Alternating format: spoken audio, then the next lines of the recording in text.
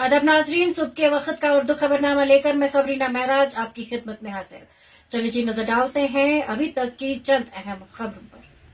अगर पाकिस्तान उनके जेर कब्जा जम्मू कश्मीर को खाली करता है तो मसला कश्मीर मुकम्मल तौर पर हल होगा की बात करते हुए वज़ीर ख़ारजा एस जयशंकर ने कहा है कि मेरे ख्याल में दफा 370 को हटाना एक अहम कदम था, जिसके बाद जम्मू कश्मीर में तरक्की हुई और लोग भी अमन की जिंदगी बसर कर रहे हैं।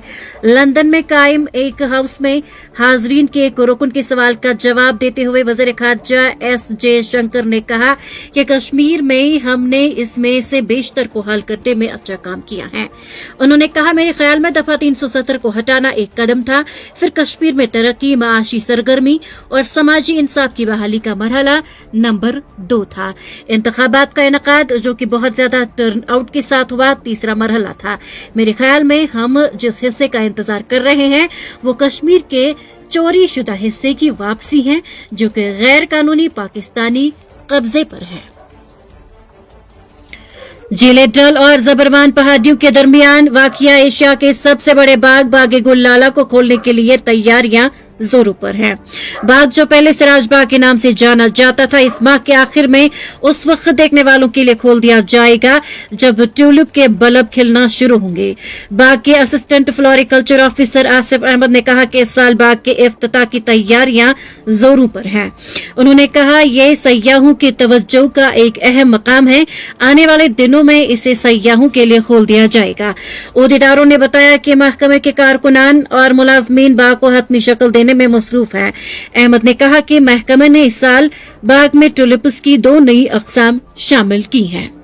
जम्मू कश्मीर हुकूमत ने कहा कि पहलगाम डेवलपमेंट अथॉरिटी के दायरा इख्तियार में आने वाले इलाकों में तामीरात में इनहराफ के लिए 269 नोट्स जारी किए गए हैं।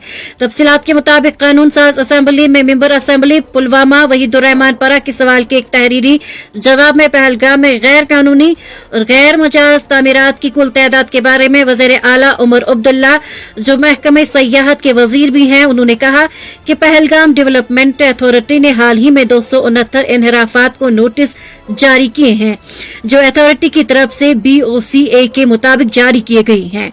वज़ीर आला ने कहा, इनमें से ज्यादातर में PMAY और मकामी लोगों के रिहायशी मकानात शामिल हैं जो मुतल्लका अथॉरिटी के दायरे इख्तियार में आते हैं।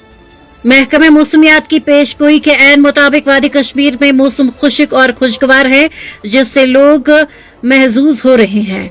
मुतल्लका महकमे के एक तर्जुमान के मुताबिक वादी में 9 मार्च तक मौसम खुश्क रहने का इम्कान है।